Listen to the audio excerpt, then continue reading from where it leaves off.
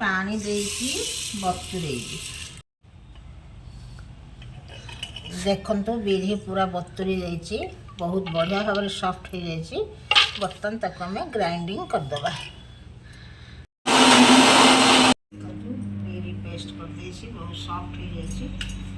यही टाइप कले पिठाटे नरम हम, टिके टाइट करेनि। यही टाइप कले बहुत बढ़िया हम।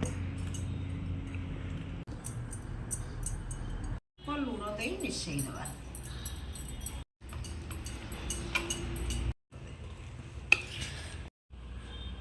देखो ये माप अनुजाई टे गुड़ दबा। गुड़ देले बैटरटा ठीक रहा। तो चीनी देदेबा, चीनी देले एटा पानिया हो आम पिठाटा भल हेनी। गुड़ दे सागे सागे मिसई देबा। मिसई देला पर बहुत ठीक लगे।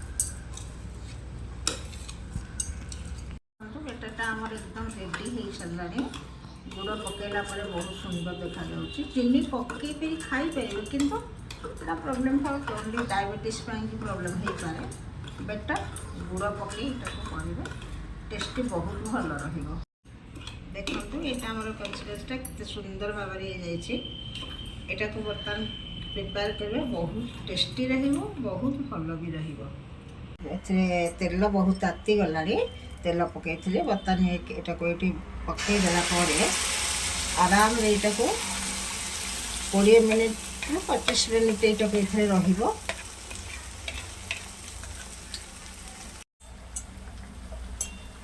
देखो नड़िया टिके छोट छोट पीस करके मुझे काटी देछि।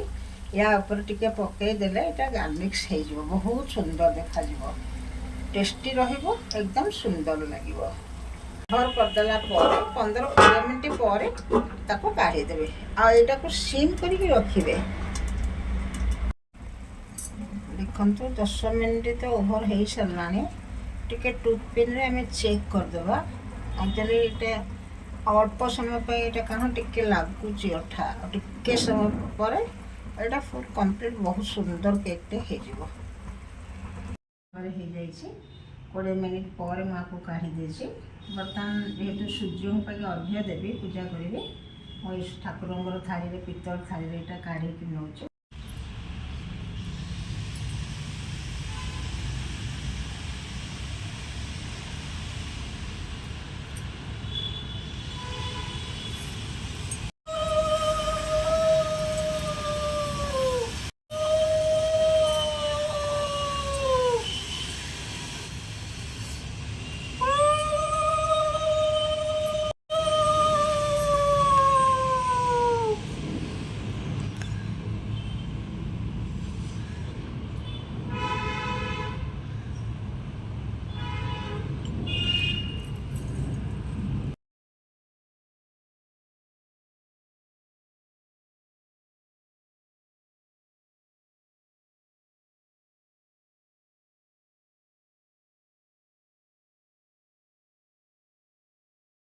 देखो बर्तमान नहीं पिठाटी बहुत सुंदर भाव हो सारा।